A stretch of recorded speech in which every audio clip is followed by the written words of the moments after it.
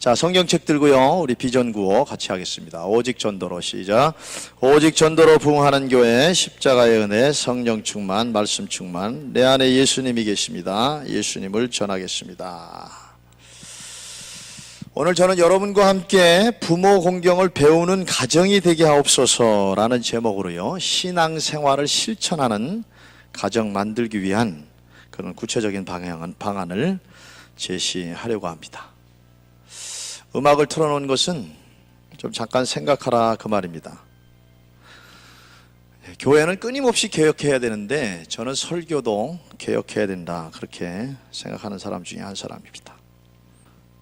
여러분 한번 이 시간에 눈을 감고 조용히 생각을 해보시면 좋겠어요. 어떤 생각을 해보냐 하면, 왜 부모 공경을 해야 되는가 한번 생각해 보시고요.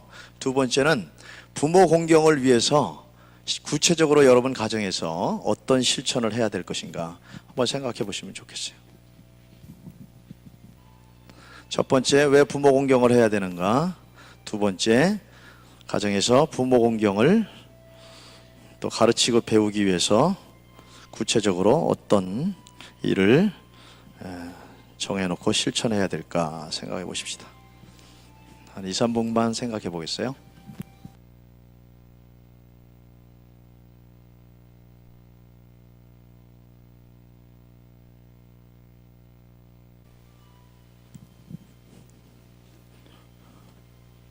생각해 봤어요? 생각이 잘 됩니까?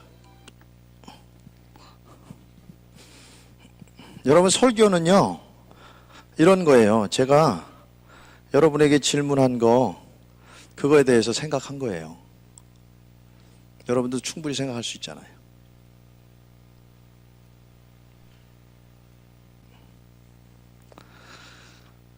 제가 이제 노안이 왔는데 눈이 늙었다 그 말이죠. 그런데 좀 억울해요. 억울한 건 다른 이유에서 억울한 게 아니라, 이쪽 눈은, 하여튼 양쪽 눈 다 시력 검사를 하면 1.5에서 1.5가 나와요. 근데 이 좌측 눈은 근시도 아니고 원시도 아닙니다. 아주 잘 보여요. 근데 이쪽 눈이 문제예요. 이쪽 눈도 한 1.5 정도 나오는데 원시야. 가까운 게 안 보여요. 그래서 이 두 눈을 이렇게 같이 보면 이쪽 눈은 좋은데 이쪽 눈은 안 좋으니까 초점이 안 맞아서 글자가 한 2개, 3개 이렇게 겹쳐서 보여요. 병원에 갔더니 의사가 내리는 게 무슨 안경이라고 그러죠? 밑에 돋보기도 있고, 여튼 그 안경 있죠? 밑에는, 아래는 돋보기가 있고 위에는 이제 안경으로 되어 있는 그 안경을 맞추라고 그러더라고요. 그래서 이렇게 볼 때는 이렇게 내리깔고 이렇게 원고를 보고 사람들 쳐다보고 이렇게 하라고 그래요. 제가 노안이 오고서 나름대로 이제 대책을 생각했는데 그런 생각이 들었어요. 제가 이제 CBS 방송에 설교 방송을 이제 가끔 이렇게 보면 거기 나이 든 분들이 꽤 많이 나와요. 근데 나이 든 분들이 원고를 안 보고 설교를 하시더라고. 참 대단하다. 어떻게 원고를 안 보고 원고를 다 어떻게 외우셨나, 그런 생각이 들었어요. 근데 요번에 이제 깨달은 게, 그분들 중에 대부분이 노안이 오셨나 보다. 그래서 이제 원고를 안 보고 설교를 하시기로 결심을 하셨나 보다, 그런 생각이 들었어요. 그러니까 저도 가급적이면 원고는 100% 쓰지만 원고를 안 보고 그렇게 설교를 해야 되겠다, 그렇게 결심을 했어요. 근데 제가 굳이 원고를 보고 설교하는 것은요, 원고를 안 보면 설교가 상당히 길어집니다. 좋게 말하면 원고를 안 보면 위로부터 그분이 주시는 게 막 있어요. 그 순간에 주시는 게 있단 말이에요. 막 생각나게 하시는 게 있어요. 그래서 그걸 다 얘기하다 보면은 1시간도 좋고 2시간도 좋고 그렇게 되는 거죠. 그래서 어쨌거나 그렇게 참고 생각을 잘 하시고 따라오시면 좋겠어요. 이 4단지에 살고 있는 이제 어떤 가정에 관한 이야기인데, 한 가장에 관한 얘기입니다. 그때 이 사람은 집에서 맛있는 음식을 먹으면요, 멀리 떨어져 사시는 그 부모님 생각이 난다고 그래요. 그래서 이 음식을 지금 당장 그 부모님에게 갖다 드렸으면 좋겠다. 음식을 먹으면서 그런 생각을 하고 그런 말을 한다는 거예요. 여러분, 어떻게 하면요, 자녀가 장성해서도 좋은 옷을 보면 부모님 생각이 나고 좋은 음식을 먹으면서 부모님 생각을 할 수 있을까? 그게 어려운 것이 아니라는 겁니다. 여러분, 어렸을 때부터 가정에서 부모를 공경하는 것을 구체적으로 그 방법을 가르쳐 주면요, 어른이 돼서도 장성해서도 그런 마음을 갖는 거예요. 이 사람 그 부모님이 어렸을 때에 소풍을 가면은요, 소풍 음식을 맛있게 이렇게 만들어 주면서 부모님이 그랬다고 그래요. 소풍 가서 이 음식을 먹을 때 부모님 생각을 해라. 엄마 생각을 해라. 그리고 이 맛있는 음식을 부모를 생각하면서 남겨와라. 그렇게 가르쳤대요. 그래서 소풍 가면은 꼭 부모님 생각하면서 음식을 먹고 그 맛있는 음식을 남겨왔다는 겁니다. 그러니까 그렇게 구체적으로 어렸을 때부터 부모 공경하는 게 생활화가 된 거예요. 그러니까 어른이 되니까 좋은 음식을 먹을 때마다, 맛있는 음식을 먹을 때마다 뭐예요? 부모님이 생각이 나는 거예요.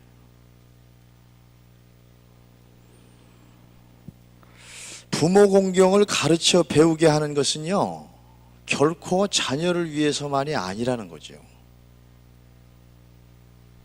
마땅히 자녀에게 부모 공경을 가르쳐야 된다라고 하는 차원이 아니라 동시에 뭡니까? 부모를 위한 겁니다. 그러므로 부모 공경을 가르치고 배우는 가정이 되어야 됩니다. 강단에서 설교하는 설교 내용을 잘 듣고 그래 맞아 부모 공경해야 돼 그걸로 끝나는 것이 아니라 구체적으로 가정에서 부모 공경에 대해서 가르쳐야 된다는 것이죠. 그 실천 방안을 가르쳐야 된다는 겁니다. 뭐 부모 공경 왜 해야 되느냐, 여러 가지 이유가 있겠지만은 하나님께서 부모를 통하여 생명을 주셨기 때문에 내가 있는 것은 부모가 있기 때문이라는 것을 가르쳐 줘야 된다는 것이죠. 한번 얘기했죠? 하나님과 부모, 그 합작품을 통해서 자녀가 이 세상에 태어난 것입니다. 그러니까 부모를 공경하는 건 동시에 뭐예요? 하나님을 공경하는 것이기 때문에 그래요.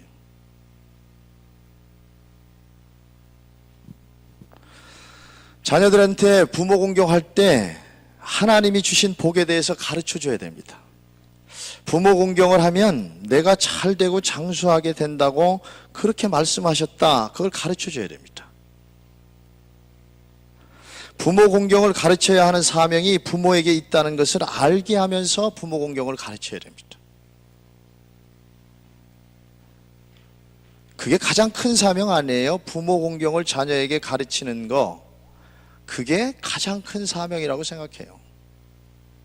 여러분들이 세상을 살아가면서 어떤 일에 자부심을 갖고 긍지를 갖고 사명감을 갖고 일하는지는 모르지만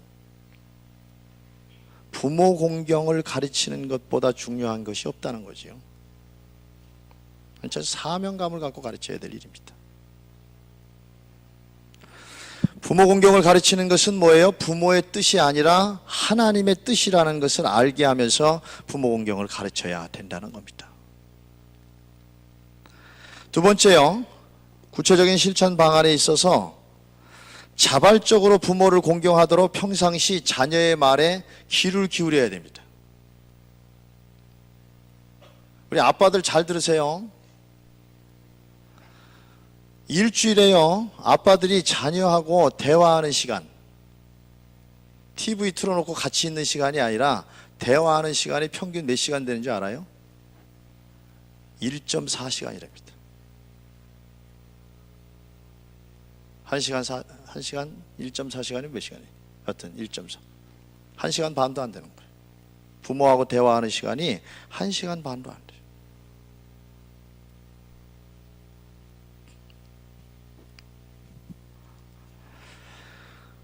시간이 없어서 대화하지 않을 수도 있습니다. 그런데 시간만 되면 뭐예요? TV만 보고 있는 거예요. 그러면서 대화 시간이 없다고 그러는 겁니다. 그리고 대화를 안 하다 보니까요, 아이하고 대화가 안 되는 거예요.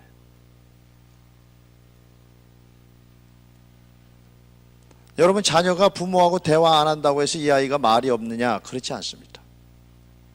집에서만 말 안 하는 거예요. 어쩌면 이웃집 아저씨 아줌마 붙들고 대화할 수도 있어요. 친구들하고 대화하는 것은 기본이고요. 이제라도 대화하는 시간을 뭐예요? 짜놔야 돼요. 계획을 해야 됩니다. 일주일 중에. 유태인의 공부의 책에 보세요. 거기 책에 보면 유태인들은 아주 시간을 일부러 마련하는 겁니다. 그래야 가정의 미래가, 자녀의 미래가 밝을 수가 있다는 것이죠.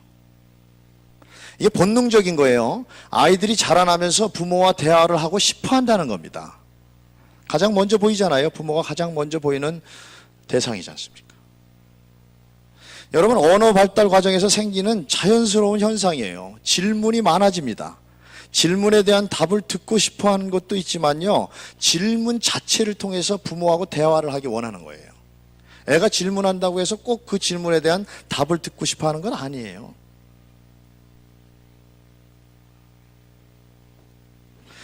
이런 대화의 요청이 시작된 아이에게 대화를 거절하거나 귀찮아하거나 쓸데없는 소리를 한다고 핀잔을 주기 시작하면 자녀에게서 이제 부모에 대한 뭐가 사라지는 겁니까? 존경심이 사라지는 거예요.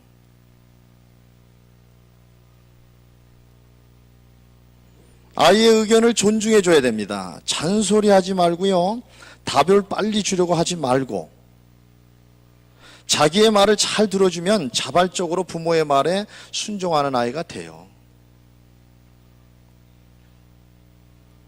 아이의 말에 귀담아주고, 말을 귀담아 들어주고, 성심껏 답을 해주고, 답을 할 수 없는 것은 솔직히 이야기해주고, 서로 답을 찾을 수 있도록 유도해주기 시작하면 아이들의 마음속에 부모가 새겨지는 겁니다.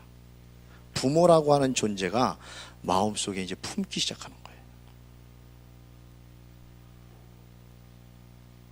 부모는 자녀를 품으면서, 그러며 낳으면서 자녀를 품는 것이지만, 자녀는 뭐예요? 부모가 자기 말을 잘 들어주는, 그걸 통해서 그때부터 뭐예요? 부모의 존재를 마음속에 품고 살기 시작한다는 것이죠. 자녀들의 얼굴 표정 살필 필요가 있어요. 고민이 있을 때 그 얼굴 표정 읽을 줄 알아야 돼요. 그리고 내버려 두면 안 됩니다. 붙들어 놓고 고민이 뭔지 얘기하게 해야 돼요. 그리고 풀어줘야 됩니다. 유태인들은 안식일을 철저하게 지키는데, 성전에서 예배를 드리고 나면 가정에서 가족과 함께 안식일을 온전히 지킵니다. 제가 이 설교 준비하면서 이런 생각을 했어요. 뒤에서 얘기를 하겠지만은 개신교도 다시 생각해야 되겠다, 이런 생각이 들었어요. 뭐냐면요, 가정에서 신앙생활 실천하는 게 잘 이루어지잖아요. 그러면 교회 학교가 필요 없어요. 그러니까 유태인들은요, 가정에서 철저하게 신앙생활을 실천하니까, 신앙생활을 하라고 말하는 게 아니라 신앙생활을 실천하는 장소가 어디예요? 가정에서 그게 이루어지는 거예요. 그리고 그게 동시적으로 학교에서 이루어지는 거예요. 그러니까 교회는, 회당은 뭐예요? 예배만 드려요. 그러니까 현영수 교수 같은 이런 분들이 유태인에 대해서 정말 그 박사학위를 받을 정도로 그렇게 연구를 한 사람이죠. 그러니까 책을 한 20권 정도 이렇게 출간을 하지 않았습니까? 근데 그분들이 미국에 있는 유태인들하고 거의 살다시피 한 거예요. 그러면서 가정에서 신앙생활이 철저하게 이루어지니까 주일날은 뭐예요?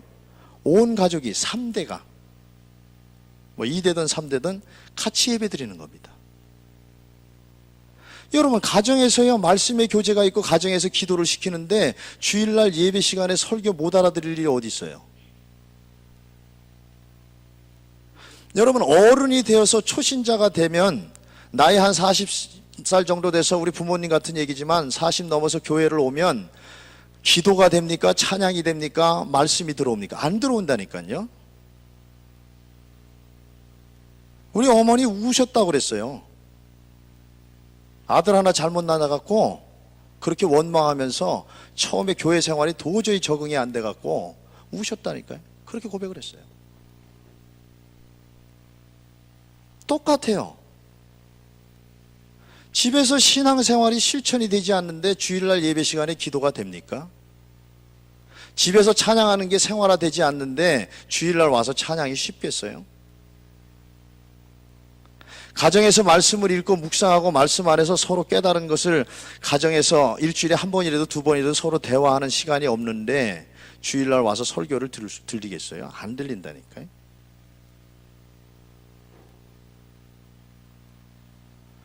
우리가 부인할 수 없는 건 뭡니까? 신앙과 삶이라고 하는 것은 일치가 돼야지 효과가 있는 것이지 신앙 따로 삶 따로는 아무런 효과가 일어나지 않는다는 거죠. 그러니까 가정에서 신앙생활을 실천하면 굳이 교회학교 선생님, 교회학교라는 조직이 있을 필요가 없어요. 여러분 일주일에 한 번 와서 1시간, 그것도 오는 애도 있고 아닌 애들도 있고, 그런데 그게 무슨 효과가 있겠어요? 여러분들이 가정에서 한 번이라도 두 번이라도 점차적으로 시간을 늘려가면서 아빠가 가르치던 엄마가 가르치던 지속적으로 가정에서 신앙생활 실천하는 것을 가르쳐 봐요. 신앙이 극대화가 되죠. 믿음이 금방 자라죠. 매일마다 하는 것처럼 효과적인 교육이 어디 있습니까? 예수님이 그걸 가장 잘 아신 분이에요. 3년 동안 너네들 나 쫓아다녀라. 밤낮 없이 동고동락하면서. 그 시간을 제가 전에 한번 계산해 봤더니 지금 정확하게 기억은 나지 않는데 한 6만 시간 가까이 되는 것 같아요. 하루 24시간 3년을 계산해 보면 한 6만 시간. 그러니까 그렇게 교육시키고 성령이 임하니까 기독교를 탄생시키는 제자들이 된 거죠.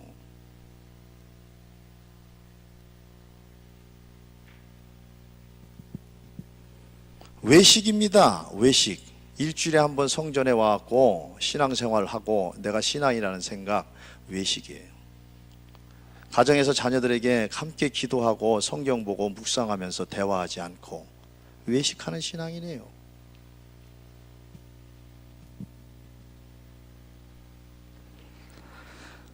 미국에 사는 유태인들이에요. 안식일에는요 운전하지 않아요. 그래서 예배 드리고 와서 가정에서 가족과 많은 시간을 보냅니다. 자연스럽게 가정의 소중함과 부모와 자녀 간에 자연스러운 신뢰가 쌓입니다. 이와 같이 유태인 자녀들은 어렸을 때부터 부모와 충분한 대화를 하면서 자라나기 때문에 모든 인생 전반에 관한 의논을 부모와 다 대화를 통해서 풀어갑니다. 여러분 성교육도 누가 시켜요? 유태인들은 부모가 시켜요.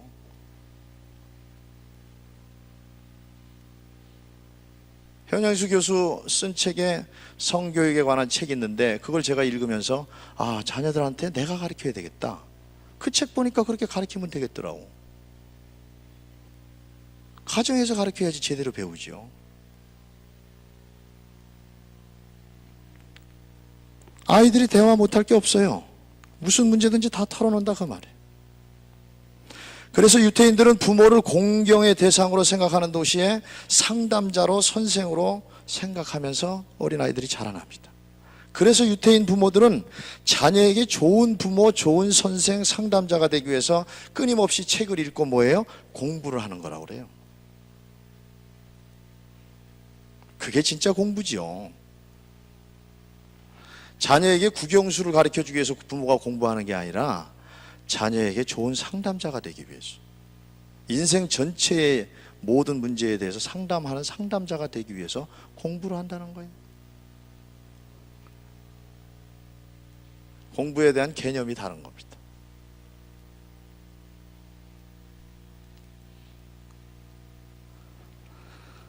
제가 유태인 관한 책을 읽으면서 결심한 것이 있어요. 이 가정을 살려야겠다. 그런 소박한 마음으로 방안을 하나 생각했는데 그건 주일 오후 예배에 대한 새로운 방향 제시에 관한 겁니다. 사실은 오래전부터 제가 고민하면서 기도하다가 현영수 교수의 책을 계속 읽어내려가면서 결심한 방안입니다. 저는 주일이 목회하면서 끊임없이 던졌던 질문이 주일이 교인들에게 있어서 안식하는 날이 되고 있는가? 그런 생각을 끊임없이 해봤어요. 그런데요, 개신교에 있어서 주일날은요, 안식하는 날이 아니라는 겁니다. 한 주간 동안 세상 일로 인해서 지쳤는데 주일날이 가장 바쁘고 힘들고 아주 더 지치게 만드는 날이 되었다라고 하는 것이죠. 물론 우리의 영적인 것은 좋을지 어쩔지는 모르겠어요. 보세요. 아침부터 오후 늦게까지, 어떤 분들은 오후 4시나 5시 돼야지 집에 가는 분들이 있어요. 그렇게 교회에 붙들려 있다가 집에 돌아가면 대개 봉사자들인데 그들이 거의 지친 상태가 되고, 사실은 교회를 이끌어 가야 될 그 사람들이 활력소 역할을 해야 되는데 이 사람들이 다 지쳐버려요. 그래서 집에 돌아가면 가족들과 함께하는 시간이 즐거운 시간이 아니라, 대화의 시간이 아니라 서로 귀찮아, 그런 관계가 되고 마는 거예요.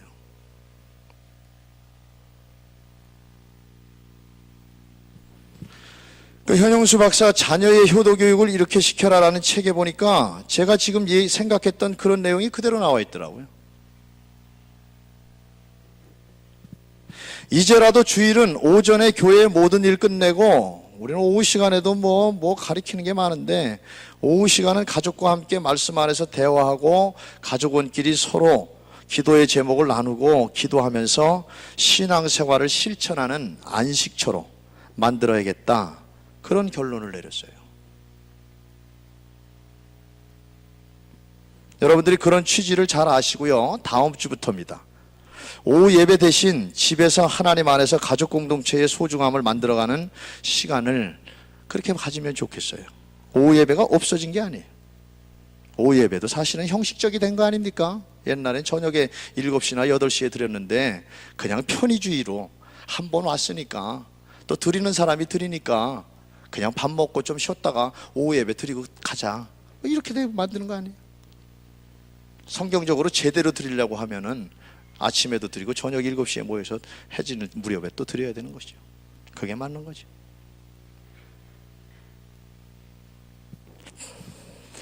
여러분, 평일에 모이지 못하는 남자 목장도 마찬가지예요. 오전 예배 끝나고 식사하고서 교회에서 모이던 집에서 모이던 서로 성도들 가족 간의 교제를 하는 그런 시간을 갖는 게 더욱 유익하리다, 그런 생각이 듭니다.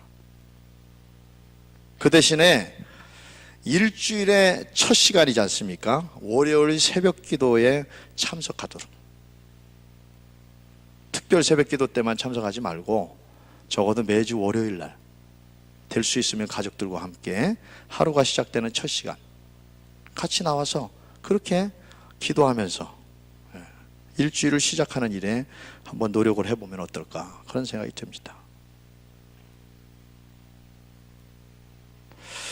또 주일날 사역자들은 좀 일찍 오셔서, 그래도 한 40분 정도에 좀 오셔서 지하에 모여서 예배를 위해서 기도하고 하루 사역을 위해서 기도하고, 그러면 좋겠어요. 제가 목장 공간은 계속해서 만들 겁니다. 그게 필요한 목장도 있으니까. 그리고 주일 오후에 집에서 가족 기도의 시간, 저는 가정 예배라고 하는 건 잘못됐다고 봅니다. 신학적으로 가정 예배라는 건 없어요. 그건 잘못된 겁니다. 그냥 그렇게 만든 것이지, 오히려 가족 기도의 시간, 이런 시간을 갖는, 가족 기도에 이게 더 낫다.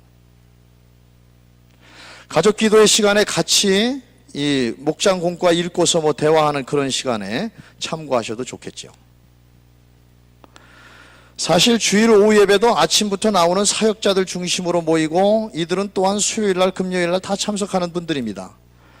그래서 사실 어떻게 보면 주일 오후 예배가 수요일날 금요일날 참석하지 못하는 사람들이 더 모이는 기회가 돼야 되는데 그게 잘 되질 않아요.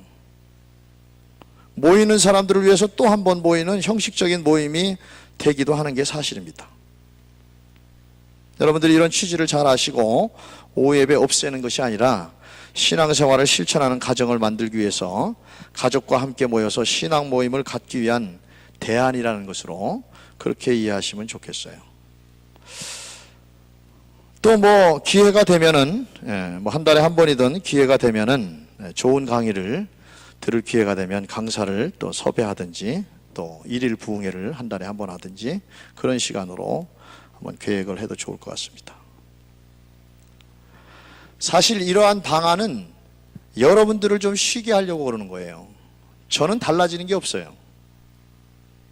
1부 예배, 2부 예배 인도하고요. 새가족 학교 할 사람 있으면 해야 되고, 그 다음에 오후 찬양단 아이들 말씀 교제 같이 해야 되고요. 청년들 말씀 교제 계속 해야 되고요.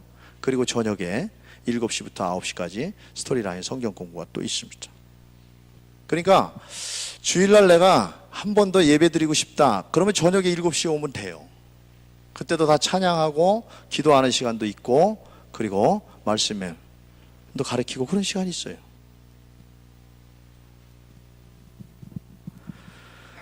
여러분, 유태인의 마음가짐은 오늘 우리와 차이가 참 많은 것 같습니다. 우리는 자녀들이 좋은 대학에 들어가도록 하기 위해서, 출세 성공을 위해서 돈을 벌어서 돈으로 뒷바라지 하는 것이 전부라고 생각합니다.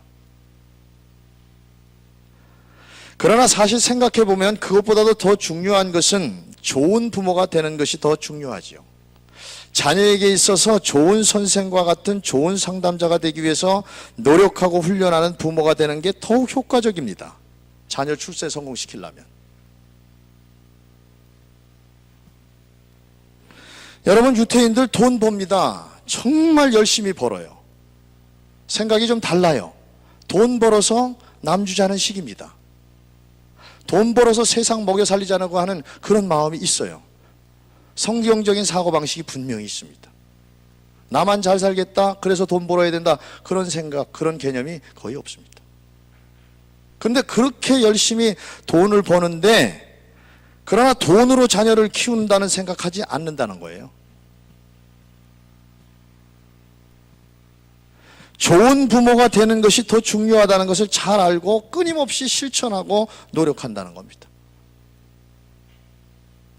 부모 자녀 간의 소통이 이루어질 때 부모 공경에 대한 마음이 싹트기 시작한다는 걸 여러분들이 아셔야 됩니다. 부모 공경 강조한다고 되는 게 아니란 말이에요. 소통이 돼야지 된다고 말이에요. 소통 얘기 많이 하잖아요. 그 다음, 부모 공경을 위한 구체적인 실천 방안이에요. 부모를 위해서 기도하게 하라는 겁니다. 유태인들은 안식일 절기 식사를 마치고 나서 기도를 하는데, 이 시간 부모를 위해 기도하는 기도문이 있어요. 기도문 내용이 이렇더라고요. 나의 아버지며 나의 교사, 선생이 되신 이 집의 남자 주인을 축복하소서. 그리고 나의 어머니며 선생인 이 집의 여주인을 축복하소서. 아주 기도문이 있어요. 아버지와 어머니는 부모이며 동시에 선생이며 동시에 가정의 주인이라고 고백하며 이와 같은 위치에 있는 부모를 축복해달라는 기도를 시킨다는 겁니다. 구약의 유태인들이 아니에요. 그야말로 엉터리같이 신앙생활했던 구약의 이스라엘 백성들이 오늘날 유태인이 아닙니다. 망해봤기 때문에, 저주를 받아봤기 때문에 정신을 차리고 성경대로 신앙생활을 하는, 물론 예수를 믿지 않는 부분에 대해서는 생각하지 마시자고요. 철저하게 하나님 말씀대로 가르친단 말이에요. 보통 우리는 자녀를 위해 부모가 기도하는 수직적 기도에 머물러 있어요. 개신교의 기도는 그런 기도입니다. 부모가 끊임없이 자녀를 위해서 기도만 해줘야 되는 겁니다. 그런데 유태인은 자녀로 하여금 부모를 위해서 기도하도록 가르친다는 겁니다. 이런 기도를 통하여 자녀를 주심에 감사하는 부모처럼 자녀는 부모를 주심에 감사한 마음으로 가지고 살게 된다는 겁니다. 실제로.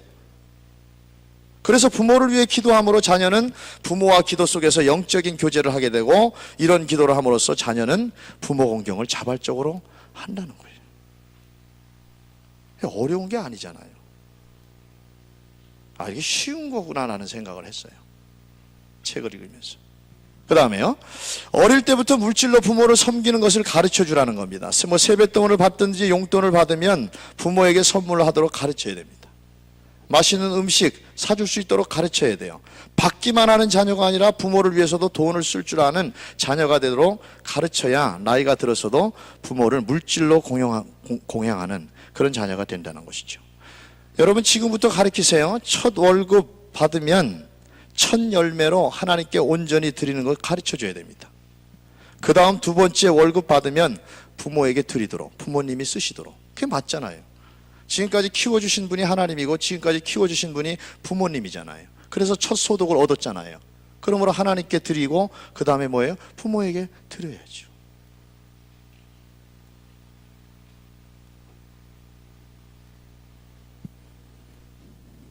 가정에서 부모를 돕는 것을 가르쳐야 됩니다. 다섯 번째, 신구약 성경에 자녀를 기른다는 뜻의 양육이라고 하는 단어, 우리나라 말로 양육이라고 다 번역됐는데요, 그 히브리어 헬라어 단어를 이렇게 찾아보니까 양육이라고 번역된 그 히브리어 헬라어 이렇게 단어를 찾아보다가 다음과 같은 뜻이 담겨져 있는 것을 제가 발견하고 은혜를 받았어요.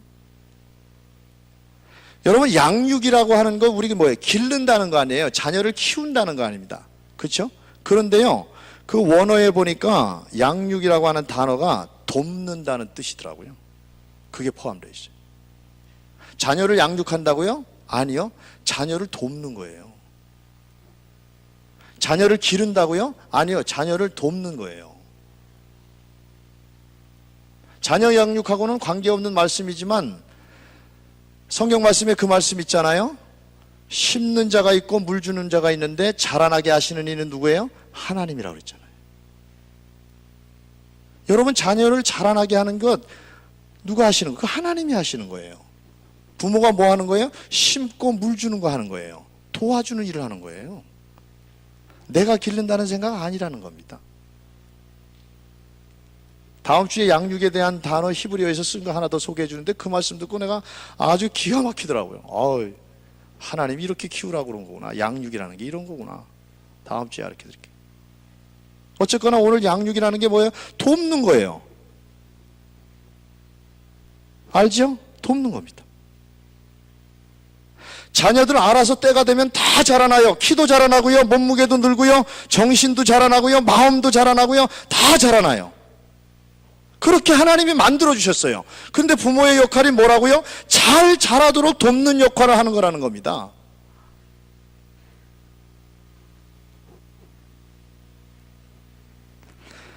마치 씨 속에는 이미 자랄 수 있는 모든 능동태가 들어있는데 잘 자라나도록 물도 주고 햇볕도 받게 하고 바람도 필요한 것 같은 그런 거하고 똑같은 이치입니다.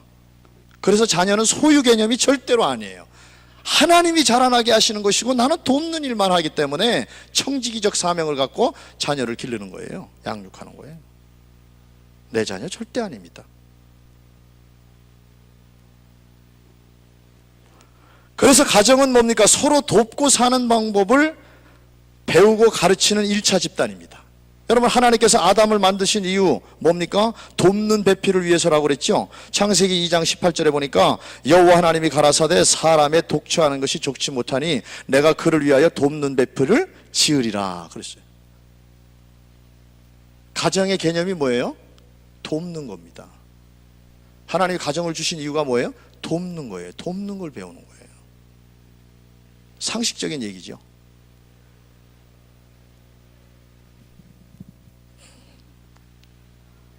타락한 이유지만은 아담은 가족을 먹여 살리기 위해서 땀을 흘리면서 노동을 하라고 말씀하셨어요. 가족을 돕는 겁니다. 하와는 뭐예요? 아이를 낳는 해산의 고통과 아이를 기르는 일에 남자보다 더 특별한 역할을 해야 한다고 말씀하신 것이죠. 여러분 이번에 또 조사에 나왔잖아요. 지난번 조사하고 좀 다른데 결혼 안 하겠다라고 하는 여자들이 뭐 50% 가까이 되잖아요. 아니 여자가 결혼하고 애 낳고 애도 기르고 직장 생활하는데 누가 결혼할 생각을 하겠어요? 이게 성경적으로 안 되니까 문제가 있다니까요.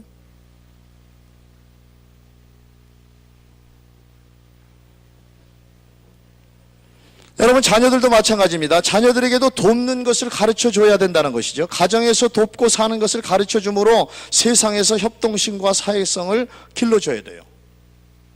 나는 이런 책을 보지 않았는데도 알았어. 오늘날 유태인들은요, 자녀가 어릴 때부터 청소, 설거지, 음식 같이 만들기, 절기 준비하는 거, 가족의 모든 일을 다 가르칩니다. 아주 대화를 잘 하면서 이 일을 네가 꼭 해야 되는 이유를 가르쳐 주면서 이해를 도우면서 구하면서 그렇게 가르칩니다. 공부에, 그게 공부라고 생각을 해요.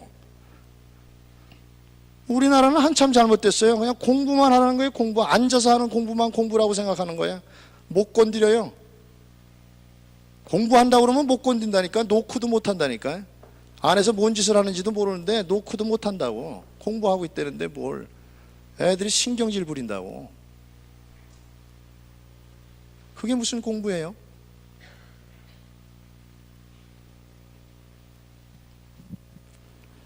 우리 막내 고1인데 자율학습 안 시켜요.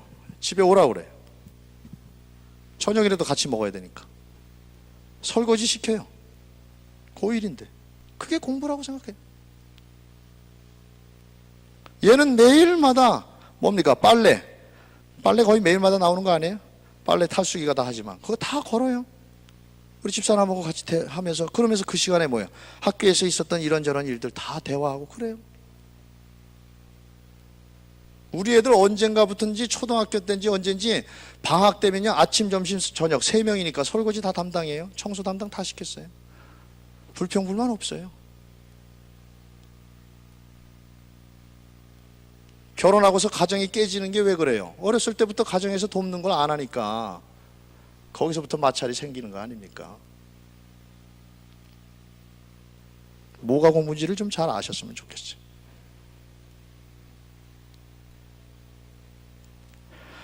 그래서 이 가족 공동체, 여기서 돕는 의식이라는 게 생겨지고 그것이 민족 공동체 의식으로 심어진다고 그래요.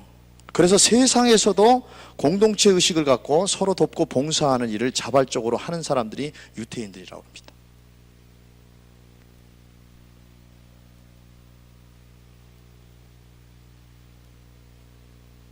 가사일을 돕는 걸 통해서도 자녀들은 부모를 공경하는 마음과 행동을 갖게 만들어줄 수 있다는 거예요. 그 다음에 마지막 6번째, 부모에 대한 예의를 가르쳐야 됩니다. 그래야 부모 공경할 줄 알아요. 예의는 부모를 대하는 기본 자세죠. 부모를 대하는 예의 바른 자세를 통해서 부모를 공경하는 마음 생겨줄 수 있죠. 3가지만 얘기하면요, 나름대로 또 실천사항 생각하시고 인사예절을 꼭 가르쳐야 됩니다. 학교 다녀오겠습니다. 학교 다녀왔습니다. 왜 안 가르쳐요? 가르쳐야죠. 인사도 안 하고 학교를 가나? 학교 갔다 왔는데 인사도 안 하나? 학교에서 안 가르치잖아요. 가정에서 가르쳐야지. 여러분, 놀이철학 아이들은 인사 안 하면 10번 시킵니다. 한 번은 세마다에서 놀이철학을 했는데 등산하는 분들 보고 계속 인사를 하는 거예요. 저도 놀랐어요. 얘네들이 이렇게 인사성이 밟았나? 계속 인사를 하더라고. 세상에 생각해 보세요. 처음 보는 아이들이 이렇게 인사를 잘하니까 좋아서 어쩔 줄을 모르더라고요. 여러분, 인사는 사람을 기분 좋게 하는 겁니다. 부모에게 인사 잘하는 자녀들은요, 우더른을 보면 인사 잘해요. 인사를 잘하면 우더른에게 칭찬받게 되고 사랑받는 아이들이 되고, 그런 칭찬이 아이들에게 자신감 갖게도 해줍니다. 그렇죠? 여러분, 내 아이가 아니더라도 처음 보는 아이라도요, 눈에 마주치면 안녕이라고 먼저 말했어요. 저는요, 길 지나가다가도 어떤 아이가 눈 마주치면 꼭 내가 먼저 그래요. 안녕 그래요. 인사 가르쳐야 되잖아요. 가르치는 게 뭐 너 인사해라, 다음에 보면 꼭 인사해라. 아니요, 내가 안녕 그러면 바로 그래요. 안녕하세요 그래요. 처음 보는 애가. 왜 그걸 안 가르쳐요, 어른들이? 그러니까 애들이 자꾸 겁이 나는 거지. 가르쳐주면 아이들은 합니다. 인사는 인간관계의 첫 단추이기 때문에 가장 짧은 순간에 처음 만난 사람에게 자신의 첫인상을 강하게 심어주는 것이기 때문에 아주 중요합니다. 겸손한 마음, 상대방을 존경하는 마음 등을 심어주는 것이기 때문에 인사는 평생 인간관계 속에서 기본 점수를 따고 들어가는 방법이에요. 인사 잘 가르쳐야 됩니다. 공손한 마음으로 인사하도록 마음도 자세를 잘 가르쳐줘야 됩니다. 부모에게 인사 잘하는 자녀가 우더른에게 칭찬받고, 그런 칭찬받으면 자신에게 인사예절 가르쳐준 부모에게 감사한 마음 가지게 되고 존경하게 되는 거예요. 두 번째, 식사 예절 가르쳐야 됩니다. 부모 먼저 음식 드시기 시작하고 나면 자녀들이 식사하도록 가르쳐야 돼요. 사과를 먹는 것도 마찬가지예요. 엄마 드실래요? 아빠 드실래요? 그리고 물어보고 사과를 깎아야지. 바본가? 그것도 못하게. 아빠 엄마 다음에 음식을 먹는 순서 가르쳐야 됩니다. 위아래의 질서 가르쳐줘야 됩니다. 형님 먼저 가르쳐야 돼요. 놀이철학에서는 형님 먼저 가르칩니다. 놀이철학이 참 중요한 게 요즘 한 명 키우고 두 명 키우는데요, 놀이철학에 섞이면서 뭐예요? 형이라는 존재를 알아요. 누나라는 존재를 알더라고. 언니라는 존재를 알더라고요. 집에서 자매를 키우는데 오빠가 어디 있어요? 집에서 형제를 키우는데 누나가 어디 있어요? 근데 놀이철학에서 어느 순간부터 형 그래? 오빠 그러더라고. 누나 그러더라고. 위아래를 알게 되는 거예요. 위아래도 모르는 세상이 어떻게 제대로 돌아갈 수 있겠습니까? 부모 먼저라는 것을 가르쳐야 나이 들어도 부모 먼저 생각하는 거예요. 마지막 세 번째, 어른하고 대화할 때 예절도 잘 가르쳐야 됩니다. 특별히 한 가지 말씀드리면, 대화할 때 하품을 한다고. 하품할 수 있죠? 입 막고 해야지. 그것도 안 가르친다. 제가 어렸을 때는요, 아예 하품 꼭 참도록 부모가 그렇게 가르쳤어요. 학교 선생님도 하품 나오면 꼭 참으라고 그래. 그렇게 하품 참으면 어떻게 돼요? 눈물이 여기서 찔끔 나잖아요. 그렇게 자라난 세대가 왜 자녀들한테 하품하는데 그걸 안 가르칩니까? 그게 잘못된 거였어요? 하품할 수 있어요. 옛날처럼 참으라고 말하지 않습니다. 손 뒀다 뭐합니까? 입 막으면 되지. 입 냄새가 강단까지 올라온다니까. 저는요, 강단에서 하품하는 학생들 이렇게 보면 정말 그 순간에 영구가 생각이 나요. 영구. 바보 영구 알죠? 사람에게 바보가 들었는데 하품하는 순간 그 바보가 다 되는 거구나. 제가 한번 해볼까요? 언제 막을래? 아유, 참.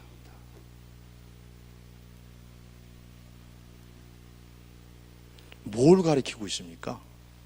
뭘 가르쳐야 된다고 생각해요? 파리가 한 10대 들어가겠어. 옛날에 파리 많을 때는 하품하다가 파리도 들어가긴 들어가더라고.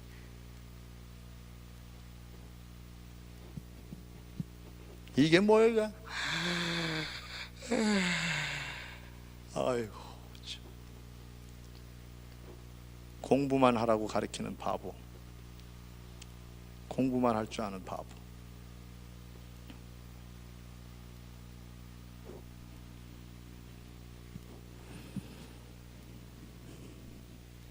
예절도 모르는데 공부 잘하면 뭐합니까? 예절도 알고 공부도 잘하면 얼마나 좋겠어요. 다른 얘기 안 해요.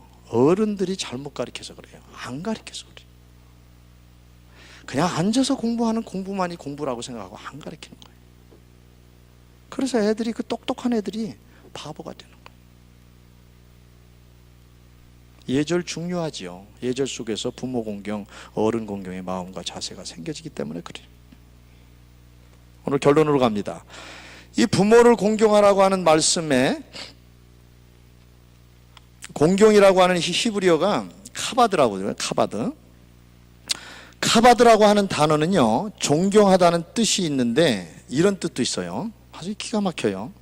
무거운 짐이 된다, 그리고요 풍부하다, 그 뜻이 있어요.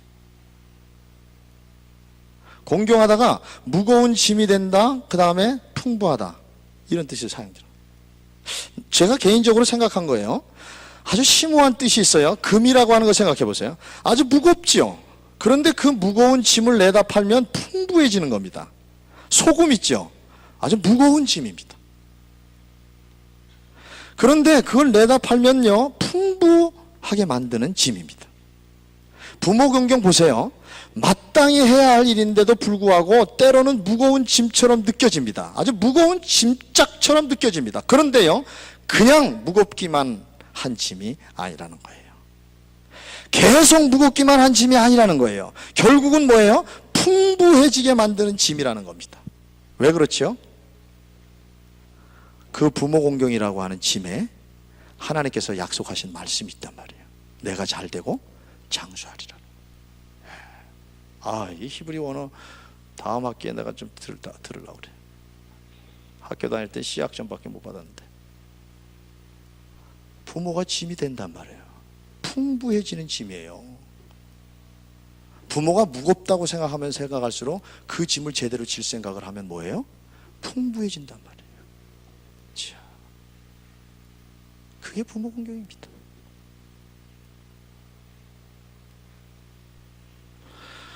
사랑하는 성도 여러분, 여러분에게 마지막으로 묻습니다. 믿음의 조상 아브라함 이후에 오늘날까지 하나님을 믿었던 민족 중에 하나님을 가장 잘 못 믿었었던 민족은 어느 민족일까요?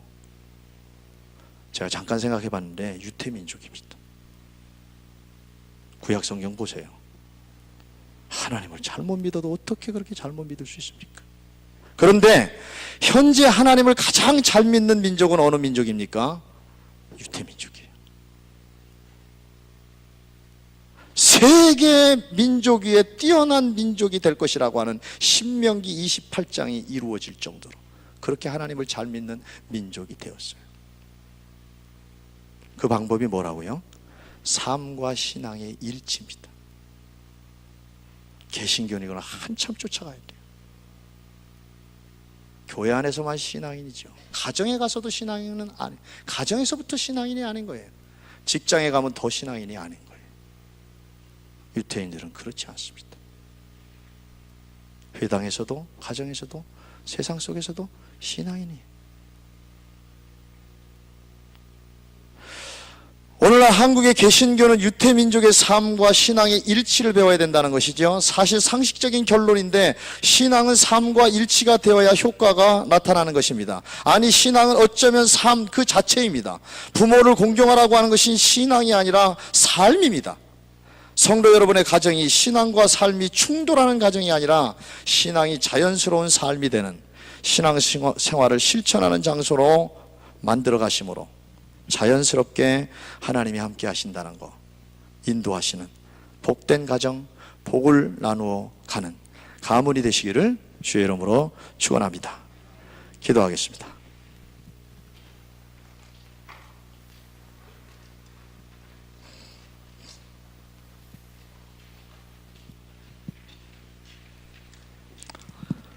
오늘 여러분 뭘 위해서 기도해야 되는지 알겠죠? 말씀 들으면서 뭘 위해서 기도해야 되나 그 생각하고 들으면 되는 겁니다. 여러분 철저하게 여러분 가정에서 신앙생활 실천할 수 있도록, 여러분 믿음에 가장된 분들 자꾸 부인한테만 떠맡기지 말고요.